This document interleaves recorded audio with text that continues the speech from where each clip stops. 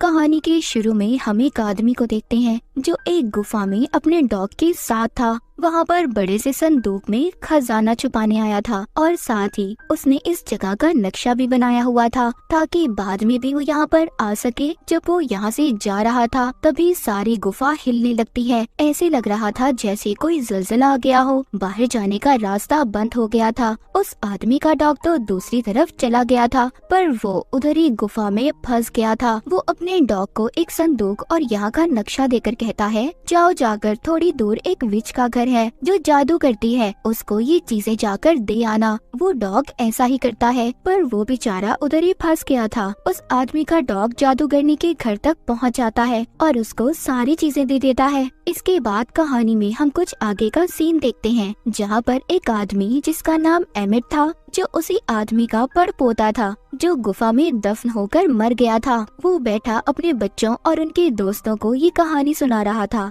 कि कैसे उसके दादा ने इस गांव में खजाना छुपा कर रखा हुआ है। पर यहाँ पर हमें पता चलता है एमिट के बेटे का जो दोस्त था उसके अंकल से उसने कुछ पैसे लिए हुए थे। वो आदमी अब एमिट से उधर ही पैसे लेने आ गया था और साथ ही बहुत सारा इंटरेस्ट भी मांग रहा था। वो एमिट को नोटिस देता है कि 5 दिन के अंदर अंदर उसे उसके सारे पैसे लौटाने होंगे। अगर उसने ऐसा ना किया तो उसका घर और फार्म जब्त कर लिया जाएगा। वो आदमी सब कहकर चला जाता है। उसके जाने के बाद कुछ लोग एक गाड़ी में एमिट के दादा का कुछ सामान लेकर आते हैं जो मरते हुए वो एमिट के नाम कर गए थे। उसको एक बड़ा सा बॉक्स दिया जाता है जिसको एमिट देखकर बहुत खुश होता है। वो ये सोच रहा था कि शायद उसके अंदर बहुत सारे पैसे होंगे जो हमारे काम आएंगे और मैं अपना सारा कर्ज वापस कर दूंगा। लेकिन जब वो उस बॉक्स को खोलता है तो उसमें एक डॉग था जिसको टिम्बर कहकर बुलाया करते थे। वो उसको अपने बच्चों को देकर अपने दोस्त के साथ शहर की तरफ काम के सिलसिले में चला जाता है ताकि वो कुछ पैसों का बंदोबस्त कर सके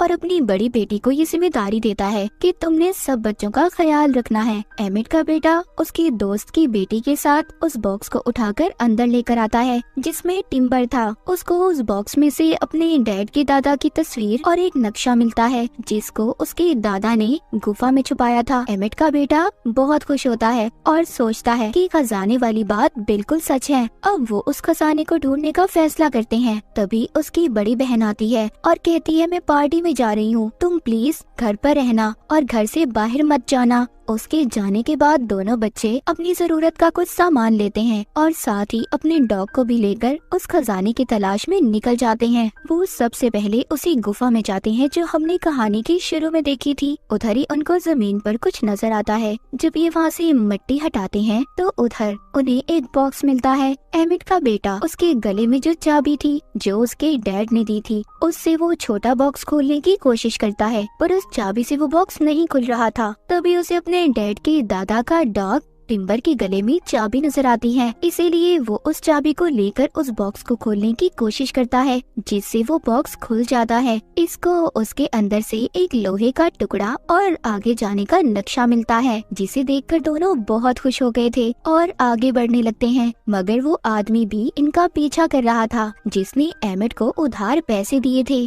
क्योंकि उस वक्त जब एमिट के दादा इस खजाने को छुपाकर वापस आ रहे थे जो गुफा में ज़लज़ला आया था वो असल में इसी आदमी के दादा ने ब्लास्ट करवाया था, क्योंकि उस वक्त वो भी इस खजाने की तलाश में थे। एमिट के बेटे और उसकी दोस्त ने भी इन्हें देख लिया था, इसीलिए वो आदमी अपने कुछ साथियों को इनके पीछे लगा देता है। मगर वो तो यहाँ से भाग गए थे और नक्शे के मुताबिक आगे बढ़ रहे थे। आगे जाकर जब उनके डॉग उल्टा लेटते हैं तो उन्हें एक पहाड़ नजर आता है जिसको उल्टा लेटकर ही देखा जा सकता था। वो डॉग उनको भी देखने का कहते हैं। एमिट का बेटा और उसकी दोस्त जब ये देखते हैं तो उन्हें भी वो पहाड़ नजर आ जाता है। जब ये थोड़ा सा आगे जाते हैं तो उन्हें आगे जाकर एक सोने का सिक्का मिलता है जिसको देखकर दोनों बहुत खुश हो गए थे। ये अब सोचते हैं ये दोनों बिल्कुल सही रास्ते पर हैं। थोड़ा सा आगे जाकर इनको एक पत्थर दिखाई देता है जिस पर लिखा था कि अगर आगे खजाना लेना चाहते हो तो तुम्हें उसी तरफ जाना होगा जिस तरफ वो पहाड़ इशारा करता है। वहाँ जाकर तुम्हें बहुत सारा सोना और चांदी मिलेगा। अब ये दोनों और इनके डॉग्स पानी में तैरकर दूसरी तरफ जाने लगते हैं। वहाँ पहुंचकर अब ये बहुत ज्यादा थक गए थे। इनको थकावट के साथ साथ भूख भी लगी थी। वो सोचते हैं कि क्यों ना मछलियाँ पकड़कर पका ले, क्योंकि अपने साथ ये खाने पीने का कोई सामान नहीं लाए थे। उधर उनके डॉग लकड़ियाँ जमा कर रहे थे, तभी उन्हें एक सुराख नजर आता है। उधर घर में एमिट की बड़ी बेटी वापस आ गई थी, जो अपने भाई को जब नहीं देखती तो बहुत ज्यादा परेशान हो जाती है। घर में एमिट अपनी दोस्त के साथ आ गया था। वहाँ आकर जब ये बच्चों का पूछते हैं तो एमिट की बड़ी बेटी झूठ बोल देती है कि वो अपने दोस्त के घर गए हैं। इधर एमिट का बेटा जो अपनी दोस्त के साथ खजाने की तलाश में था, उन्हें जंगल में एक सुराख मिलता है जिसमें इन्हें एक घंटी और कुछ पुरानी चीजें मिलती हैं। उस घंटी पर कुछ लिखा हुआ था। एमिट के बेटे की दोस्त उसे समझाने लगती है। उसको पता चल चुका था। वो कहती है ये हमें आगे जाने का रास्ता बताएगी। तभी उधर एक भेड़िया आ जाता है, जिसको देखकर सब डर गए थे। एमिट का बेटा उस भेड़िए पर अपना बैग फेंकता है, जिससे वो भाग गया था। दूसरी तरफ वो आदमी जो बच्चों का पीछा खजाना हासिल करने के लिए कर रहा था, उनके पास भी वो भेड़िया जाता है, जिससे सभी डर गए थे और जाकर अपनी गाड़ी में बैठ जाते हैं। उस आदमी के पास एक ऐसी डिवाइस थी जिससे बिजली के झटके दिए जाते थे। वो जब उस बिजली के झटके देने वाले डिवाइस को भेड़िए पर इस्तेमाल करने वाला था, तभी गलती से वो जल जाती है और हड़बड़ाहट में बिजली के झटके इसी आदमी और इसके साथियों को लग जाते हैं। उधर एमिट को जब बच्चे नहीं मिलते तो परेशान होकर वो उन्हें ढूंढने निकल जाता है। उधर एमिट के बेटे की दोस्त के पास एक ट्रैकिंग डिवाइस थी, जिसकी मदद से एमिट बच्चों को ढूंढने निकल गया था। उधर बच्चे आगे बढ़ते हुए उसी जादूगरनी के घर पहुंच गए थे, जिसको बहुत सालों पहले एमिट के दादा के डॉग ने एक बॉक्स और कुछ सामान दिया था। वो जादूगरनी कोई आम जादूगरनियों की तरह नहीं थी, वो तो बल्कि एक अच्छी जादूगरनी थी। जो वो बच्चों को ऐसे थका हुआ देखती है तो अंदर आने का कहती है और एमिट के बेटे की दोस्त की चोट पर दवाई लगाती है और बताती है कि मैं यहाँ पर अपनी माँ के साथ रहती हूँ, जो भी बाहर गई हुई है। एमिट का बेटा जब अपने बारे में बताता है तो जादूगरनी कहती है उसके डैड के दादा का नाम लेकर, क्या तुम उन्हें जानते हो? वो कहता है हाँ, वो मेरे डैड के दादा थे। तभी वो जादूगरनी उसको एक बॉक्स देती है जो बहुत सालों पहले उसके डैड के दादा का डॉग इन्हें देकर गया था। वो बताती है कि मेरे खानदान के लोगों ने इसे संभाल कर रखा था और अगर तुम उनके रिश्तेदार हो तो तुम इसको ले सकते हो। एमिट का बेटा अब उस बॉक्स को अपने गले में लटकी चाबी से खोल देता है, जिसमें से उसे एक छोटी कुल्हाड़ी और आगे का नक्शा मिलता है। बच्चे जब बाहर देखते हैं तो उधर वही आदमी आ गया था जो इनका पीछा कर रहा था, मगर वो जादूगरनी अपने घर के खुफिया रास्ते से उन बच्चों को घर से बाहर जाने का रास्ता दिखाती है। तभी उसी जादूगरनी के दरवाजे पर वो आदमी भी आ गया था जो बच्चों का पीछा कर रहा था। वो जादूगरनी से पूछता है कि बच्चे कहाँ पर हैं, जिस पर वो झूठ बोलती है कि वो नहीं जानती कि बच्चे कहाँ पर हैं। वो आदमी इसको अपनी बिजली के झटके देने वाली डिवाइस दिखाकर डराता है। कहता है देखो, अगर तुमने मुझे सच ना बताया तो अच्छा नहीं होगा तुम्हारे साथ।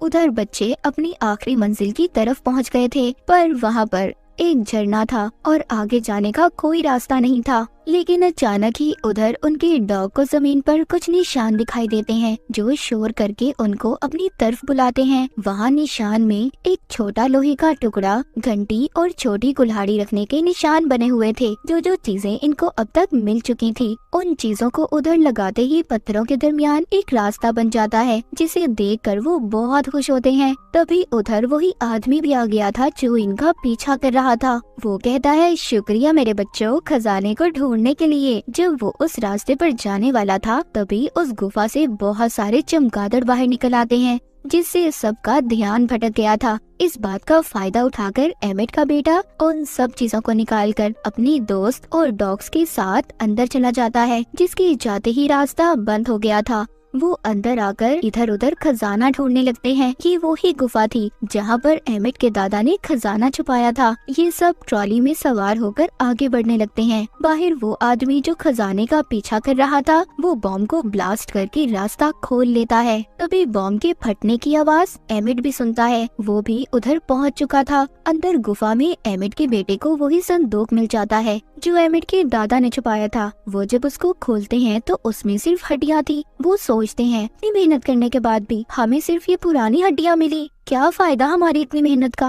पर टिम्बर को उधर सोने की एक हड्डी मिलती है। जब वो थोड़ा सा आगे जाकर देखते हैं तो वहाँ पर बहुत सारा सोना था। उनको अपनी आंखों पर यकीन नहीं आ रहा था कि उन्होंने खजाने को ढूंढ लिया। लेकिन उधर वो आदमी जो खजाने की तलाश में था उधर आकर सबको पकड़ लेता है। उधर ही जादूगरनी का डॉग भी आ गया था जो उस आदमी पर हमला कर देता है। तभी सारे डॉग उसके बाकी साथियों पर भी हमला कर देते हैं। तभी एक आदमी का हाथ वहाँ पर लगे हुए बॉम्ब पर गलती से पड़ जाता है जिससे वो जलने लगते हैं। पूरी गुफा हिलने लगी थी। सब लोग जल्दी जल्दी बाहर आ जाते हैं। बाहर आते ही वो आदमी जो खजाने के पीछे था सबको कहता है ये खजाना मेरा है और बिजली के झटके देने वाली डिवाइस से भी डराता है। तभी एमिट के बेटे की डॉग्स उस पर हमला कर देते हैं। वो डिवाइस गलती से ऑन हो जाती है। उसके चलते ही उसे और उसके साथियों को झटके लगने लगते हैं जिस पर सब हंस रहे थे। लेकिन एमिट अभी भी परेशान था क्योंकि उस खजाने तक जाने का रास्ता बंद हो गया था। वो सोचता है अब तो उसे 5 दिन बाद अपना घर खाली करना ही पड़ेगा। पर तभी उधर टिम्बर